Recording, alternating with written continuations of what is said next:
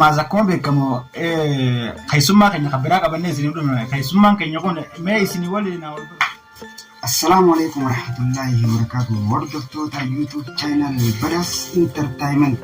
Akka bijirtu jaalatti teenyattan kunni raabur kutu.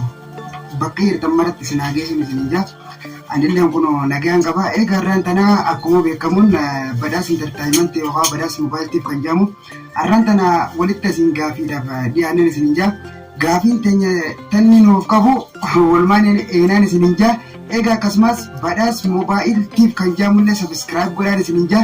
Kan marratti haasawaa jirru Badas Entertainment dha. Kanaaf akkuma beekamu sallee YouTube isaatiin beekuun turtanii YouTube baay'ee qaba. YouTube ni isin beektaniin aartii fanii showwee kan maantana itti hojjechaa jiru kan diraamaa baay'ee irratti dalagaa jiru. Mee kan maqaan warra keessan guutuu isaa si baasan eenyu hordoftoota keenyatti himii isin jedha. Maqaa warri keenya baasee maqaa kana jaalatanii tuman baasanii maqaan kiyya Badaasaa Jamaal naan jedhanii itti tolee tuman baasanii jechuudha. Garuu kan inni YouTube irratti beekamuun akkasumas bifa koomeediitiin moggaafamee jechuudha. Badeen Life Oroo jedhamee beekame tokkolleen aartii fanii showuu kan jiru.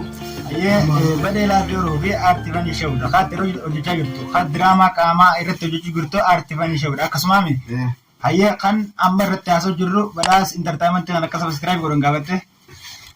Egaa akkasumas subscribe, like, share gochuu hin dagatinaan isinja. Tana keessa gaafii takka taniin gartee uummata keenya haa guddate billee dhaamuu qaba. Akkasumas haa guddate san eenyu guddise warrummaa gartee gaafa gartee inni lafaa ka'u naa guddisaa Oromootiyaa jeen itti waajjaa ture guddisanii jechuudha. Atis haa guddate. Deebi akkasii jalaa tana subscribe, like, share godhii fi guddisiin sinjaa.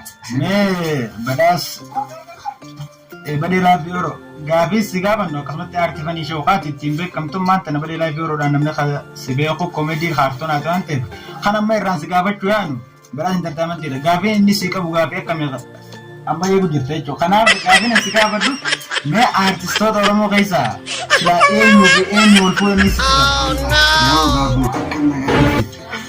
artistoonni kun baay'ee dhagaa'e bookan ubara jiru. Kafeetee miti kasilaa isaan wal fuudhan si fitan. Isaan yoo nattaaran. Sitti naaran inaarina itti mantana si harka jira waan ta'eef. Amma garuutu sirba tokko isaan gartee baasanii natti tole. Galata dhabuu fi sabboontuu silaa wal fuudhanii baay'ee. Silaa sabboontuu fi galata dhabuu wal fuudhanii natti tolaa jetti. Anillee silaa yaadumsanii qabaate anis lamatti tolaayyee. Akkasumatti gaafii nuti irra gaafanne gaafii tana akka itti gammaddan abdii irraa qabna. Nuti illee gaafii tana gaafii kaka'umsa qabdu gaafii tana itti bohaartanii jirtan jennee abdannaa itti isin booruu qaban osoo hin ta'in nuti illee itti bohaarree jira. Kanaaf amma gaafii dhufu wali dachaanutti YouTube channel kanaaf warreen haa taatamu. YouTube kana laayikiidhaan viidiyoo tana eegaltanii akkasumatti obboleeyyan keessan kan qabne yoo jiraate viidiyoo tana yookaan YouTube kana kan qabneetu jira jechuudha. Kanaaf share gootanii biraan ga'uu qabdanii dirqama isinirra jiru jechuudha. Kanaaf subscribe godhuudhaan jiran dhaabbaddaa hamma viidiyoo